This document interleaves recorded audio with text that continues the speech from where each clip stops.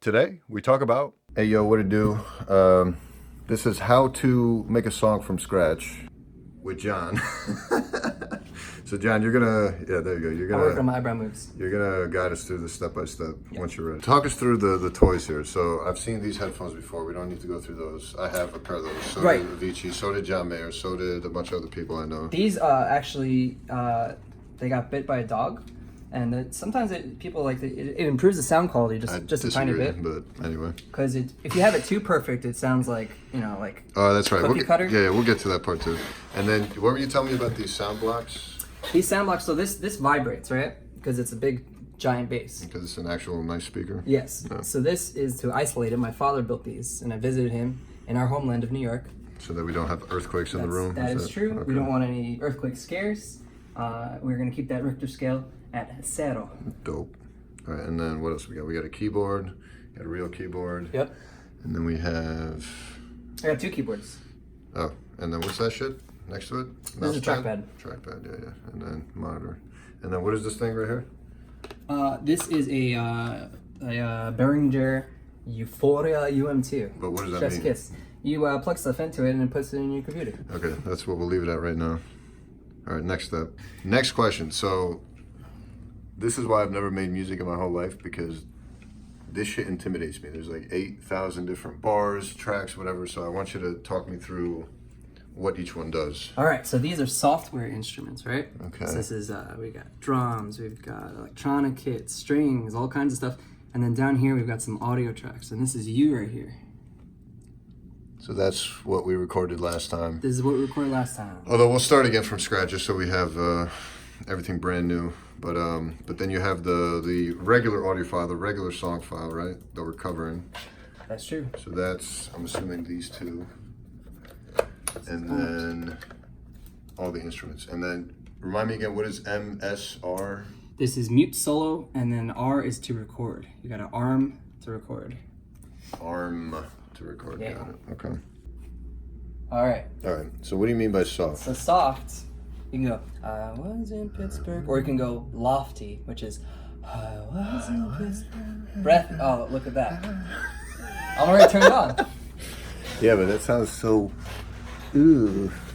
I was in Pittsburgh. Don't cry. Just lullaby. I was in... No, a little more powerful. Not gonna work.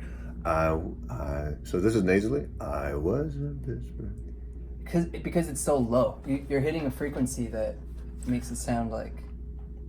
Yeah. I was in Pittsburgh. Now, describe to me how these layers are gonna work here. So, music programs are like ogres. Okay. There's lots of layers. Like onions. Okay, onions is a better example. Shrek. Oh, I see what you're doing. Is there anything more you need to know? Well, I want you to go through like, fuck. How are you isolating each track? So that's where S comes into play. So if M is on, that means that layer is off. S is solo. So this is off, this is on, right? Right. So S means that will play as you play. M means that will be muted. Mm-hmm. And R is that's the bit you're recording. Yep. And then there's an I that we didn't even get to. Actually, yeah, what is I? Input monitoring. That means that you're going to be able to hear yourself back. So some people like to hear themselves in the headphones. Some people like to hear themselves. Like what I do is I just leave this off a little and I hear my actual real voice. Oh, that's what you were telling me about that. Yeah. Okay. Yeah. And then let's see. Okay, now so I've recorded my part. Yep. You've already okay, and then describe to me how you went about isolating each piece of the original song. So like how did you know to get a guitar piece, a drum piece, a piano piece, or whatever? This is the original song right here. Well, we're still in fuck mode. And that's easy enough to tell that it's just a guitar part that's muted. So I took my guitar, I went into my program, and I programmed every note. So this you did all this manually. Did all this manually, and I made it so that it was muted. So if it was unmuted, it would sound like this. Let's turn him off real quick and just mine. But it's not that, it is palm muted, which means that I have to turn my modulation on, and it's gonna sound like this instead. Interesting. So every instrument has different voices and tones a lot of the time. It's more common with strings. So if you go to a string set, you can pick between legato, staccato, pizzicato, tremolo, right? And it'll sound different. How do you know to pick which one? Well, I can. It's all by ear. So for this, I knew that. So you just have to be musically inclined to know what you're hearing and then what to pick. And you have to know what to separate and what you want everything to sound like. So, for example, we've got the chorus over here. I would listen to it, and I would only listen to the bass drum. That night I put my youth in a casket and buried it inside of me. And then, boom. Yeah, see, I wouldn't be able to isolate that. So you have to be able to isolate parts of a song yourself to be able to use. And then I recreate everything, and it becomes full. So each of these you manually put in. Yep. So either I would do it on my handy dandy keyboard, On this thing. or I double click in and I pick notes. This seems fucking tedious as shit, but okay. All right. Then the other question is, how did you figure out how to work each part of the software? Are these YouTube tutorials you're using, or are you, or was this all your dad teaching you as My a kid? dad, Because yes. this is what Logic. This is Logic Pro Logic Pro. X. Logic Pro X. Okay. So yeah, who taught you Logic Pro X? When I was That's a little also kid- self-taught. Yeah, I had a program called Cakewalk for the longest time, Okay. and me and my dad used to write songs together. He actually has a nicer studio than I do now, and he still writes all the time. And what we do is we just like send ideas back and forth. But he taught me basically how to use this is called a DAW, which is a digital audio workstation. That's right. You mentioned Yep. that. So DAW could be GarageBand's a DAW, Logic's a DAW, Pro Tools.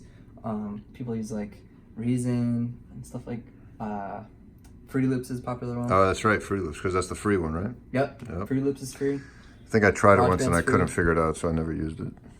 Yeah, GarageBand's really powerful. Like you can do basically. Yeah, if you know how to use it, right? Yeah, it's the same thing as this. All right, so basically you sort of self-taught / learned from your dad / whatever, learned along the way. So I can't really ask you much more detailed questions on that because I guess you just kind of have to know. But okay, so now that all right, so you personally itemized each part of the song. We added in my vocals via this thing. Yep. And then now you're gonna, so what was that other program you were showing me? The self-auto-tune or whatever? Oh right. So now is the fun part. This is called Melodyne, and the two main audio like tuning programs are Melodyne and Autotune. Autotune's by a company called Antares, and Melodyne is like I like this one better because it's like more manual.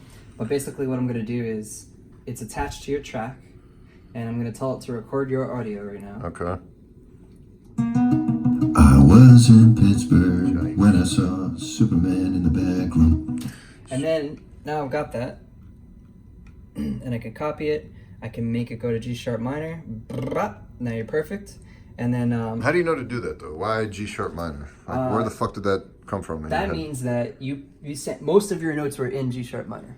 How do you know that? Just from listening to me? Yeah, so it recorded it. It put you on a graph, and it said, Oh, it it's looks like, telling you that. Yeah. Okay, I see it now. Yeah, so it's like it looks like he's trying to do this, and then you can bend everything, which is the fun part. Whoa, what's up? Whoa. So I know that's a B, and it's at -9 cents. We're gonna make it 0, so it's perfect. So So wait, say that again? this is a B note. Whoa. Let me focus here. All right. That's a B note, right? So now all those notes are perfect. Why are they perfect? Ah. So when you say perfect, what defines perfection? Perfection means perfectly on pitch. And pitch means Pitch is so right now this is a little bit up too high. That's 35 cents right here. oh, that's right. Describe the cent shit. So to me. cents there's 12 I think it's 1,200 cents between notes. So right now this is a little bit sharp. So one note is 1,200 cents. Yep.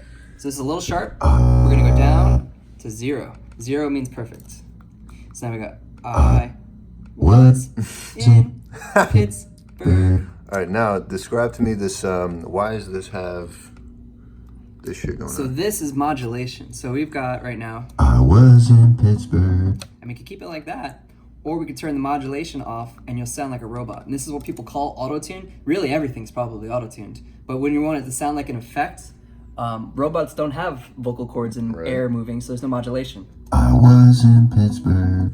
So see how that sounds a little more robotic, but it's So you have to have a little bit of the reverb, So or not reverb, percentage, I guess. Yep, so if we had, I usually Or no, modulation. You meant. just a little tiny bit, and you've got a little bit of like waves. This is where you see the little lines in here. That's where the notes are actually hitting. So you're going was in, and there's a little scoop down, I was in Pittsburgh. but it's so quick that you can't hear it. So why the squiggly lines and then why the big red blobs? Well, if we turn this up all the way, let's see what it sounds like. Uh-oh. I was in Pittsburgh. So So we stick to 30. and then why? Was could So be the that's catching my voice climbing. Yep, Okay. I was. and we can make that more extreme or less extreme.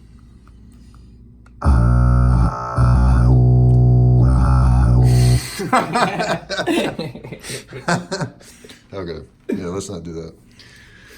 All right. So basically, you go through each note manually, adjusting Yep. each note with its modulation and what was the other thing? The percentage, right? Yep. The scent is just the distance between notes. So this is And that's to make me sound perfect.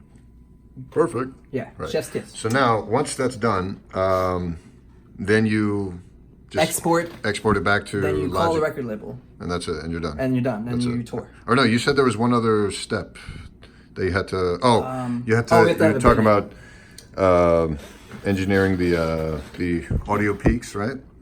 Oh, right. So this is compression, right? Oh, Is that what we're compression. talking That's about? right. We never discussed compression. So right now, I've got whatever order you put things in is the order it goes in. Okay. So I've got a compressor, which makes sure that you don't go over too high or too loud. It keeps everything pretty steady. If you're too low, it raises the volume.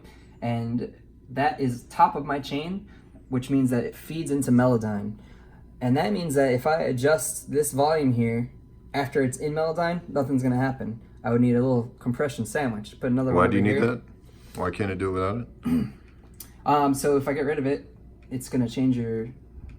I was in Pittsburgh. This is without it. I was in Pittsburgh. This is with it. I was in. I can't you're tell not- the difference. You can't because I have Melodyne on. That's right. Let's see. I was. There you go. I was in Pittsburgh. You could adjust volume I was in Pittsburgh. and see where it says gain I reduction. was in Pittsburgh. I Okay. was in Those are moments where it's going a little bit too loud and it wants to keep the volume at the same. So you don't want to see that blue bar? So you do. That means that's good. That means it's working. And it's moving you down. Okay. Oh, that's it working. Yep. Okay. And I could change the speed of how fast it works with the attack and ratio and all that kind of stuff. You can make it softer. If I turn this down all the way, it's going to make it like really compressed. Now, usually when you compress something, usually compress your vocals, then you compress your song, then you send it to mastering and they compress it, and then it goes on the radio and they usually add a compressor to it. What? So it Why do you sounds need really so many squished. compressors? So Compressions. yeah, it's just like the way that everything has worked. What is the compression adding? The compression is making sure that everything's a similar volume, and it's kind of squishing the So sound. why is one not enough? Why would you need a quadruple Because distorting? every time you do it, people think that sounds a little bit better, but you could easily get over compressed. It's just a matter of like, it's an easy fix to make something sound better. Interesting. Okay. Good to know. Good to know for all you music novices out there. Mm-hmm. All right. So, and then you're done, huh? Yeah, then I'm gonna auto-tune the crap out of you. Which will probably take what, a good 2 days or so, right? Yeah, it depends on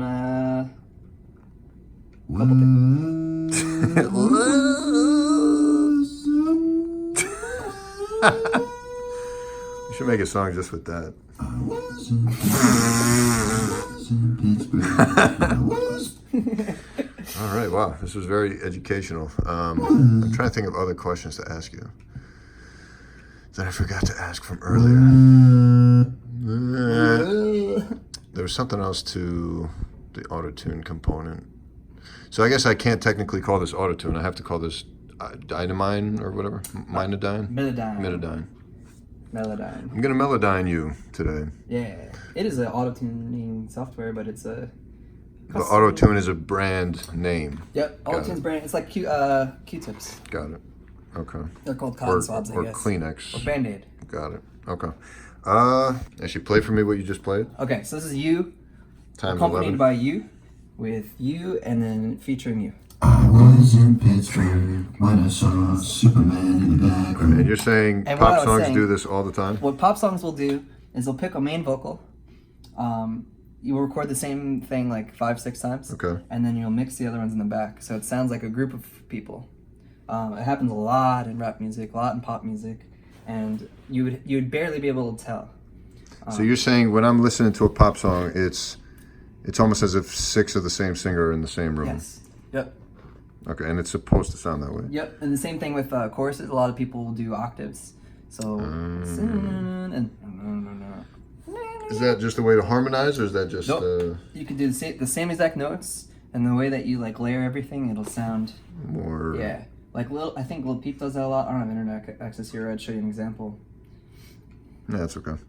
So when you say if you had the time and if this was a professional studio, you would do it. What would keep you from doing it right now? It's just not good enough. No. I think that because I have like 5 layers here, we would need you to do like 3 more takes. Why? Just because it won't sound good with. You're less never going to than be a able certain number? to humanly sing the same exact thing the same exact way, no matter how hard you try. Right. It's So not going to be the exact. So why would it help to have extra? So those tries? slight differences are noticeable, but not. You can feel them more than you can hear them. So if you were listening back and you had slightly different versions of the same exact notes, and I put them in the background, it makes everything sound more full. So we could do that, but I would need you to do like 3 more takes of the whole thing. All right, I'm down. Unless you think it's too much work, then fuck that. No, 'cause because we're not trying to like fucking release an EP over here. All right, actually, perfect question. What the fuck is the difference between an EP, LP, album, playlist, record, fucking album? Right.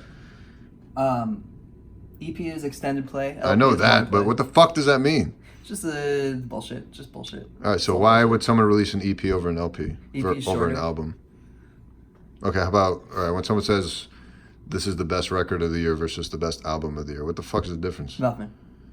Okay, all right. Thanks for playing. Maybe he doesn't in the song. I thought he did. I don't hear it.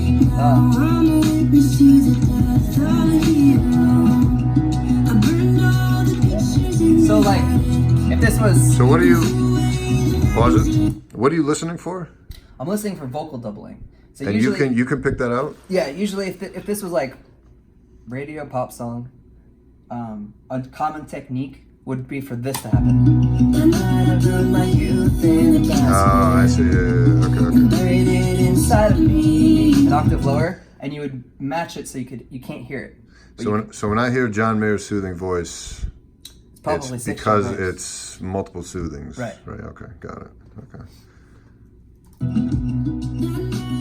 But he instead did like the strings and Yeah, because I don't hear anything too crazy here. nothing too. All right. What are we doing now? We're gonna add a couple little boys, okay? Just a few. Okay. I'd say maybe 6 or 7 boys. It looks like there's about 5 boys there. Okay. So Boys Chamber Essentials. Got it. Okay. So. Oh, I see. I don't know. This might get me into some trouble with Chris Hansen. right, yeah. Have a seat. We can do ahs, oohs, ohs, and Okay, so it's not like they're gonna sing along with you because clearly that makes no sense. They'll just do their whole choir shit in the background. For this song, that might be a little too creepy. Let me try something. That's so pedophile. When you made this in auto-tune, right? How come you told me the best way to make a song sound good is to be on key or in tune or pitch or whatever the fucking term you used was? How come when these guys are talking, they're clearly not trying to sing, but you can still make it sound good? Why is that? Because that program is really fucking powerful. And where it doesn't sound perfect, it doesn't sound like they're trying to sing. I But it want you to still sound like you're trying to. sounds singable. Like it's serviceable. Yeah. Like, for example, right before the build-up, he's saying the same thing over and over and over, and Right. I'm changing the tone of it. I'm really rich, I'm really rich, I'm really rich. Yeah, so when you do that, I'm saying it sounds like an actual song. Yep. So I'm doing it the same exact way that I tuned yours, and I just have to find clear enough examples. But I guess what you're trying to say is the song will sound more auto-tuney and less yeah, it sounds more singer- robotic, right? Got it. Okay, fair enough. Anyway, yeah, that was a very bare bones first discussion of how to make music. So if you'd like to see more, if you have specific questions, let me know. I will do it for a part 2. Otherwise, what the frick is going on over there? Terrible TV show. Anyway, bye. Relaxing is hard for me.